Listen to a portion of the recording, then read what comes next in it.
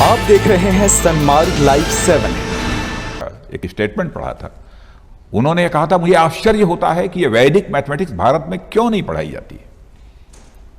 अब आप ये कल्पना कर लीजिए, अब वैदिक मैथमेटिक्स हम पढ़ाएंगे तो हम वो कमनल हो गए।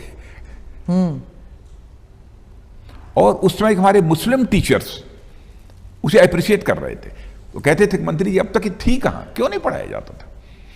तो इन सब सारी चीजों की चर्चा इसलिए की कि कोई दायित्व तो मिलता है तो काम करने का अवसर भी मिलता है। सर, अभी एक किताब निकली थी वाजपेयी जी और अडवाणी जी के ऊपर, और उसमें कई ऐसे इंस्टेंसेस थे जहां पर वाजपेयी जी चाहते थे कि अब राजनीति छोड़ा जाए, नहीं हो सकता यहाँ पे कुछ।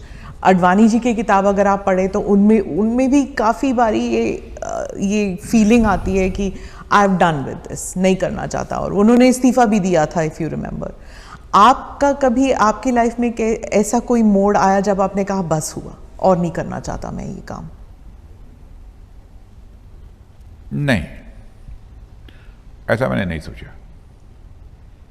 जब तक ईश्वर ने सामर्थ्य दे रखी है तब तक जो भी बन सकेगा, जिस रूप में परमात्मा दायित्व देगा उस दायित्व का निर्वाह करते रहेंगे, लेकिन दायित्व हासिल करने के लिए कभी मर्यादा को तोड़ेंगे नहीं, मर्यादा का उल्लंघन नहीं करेंगे।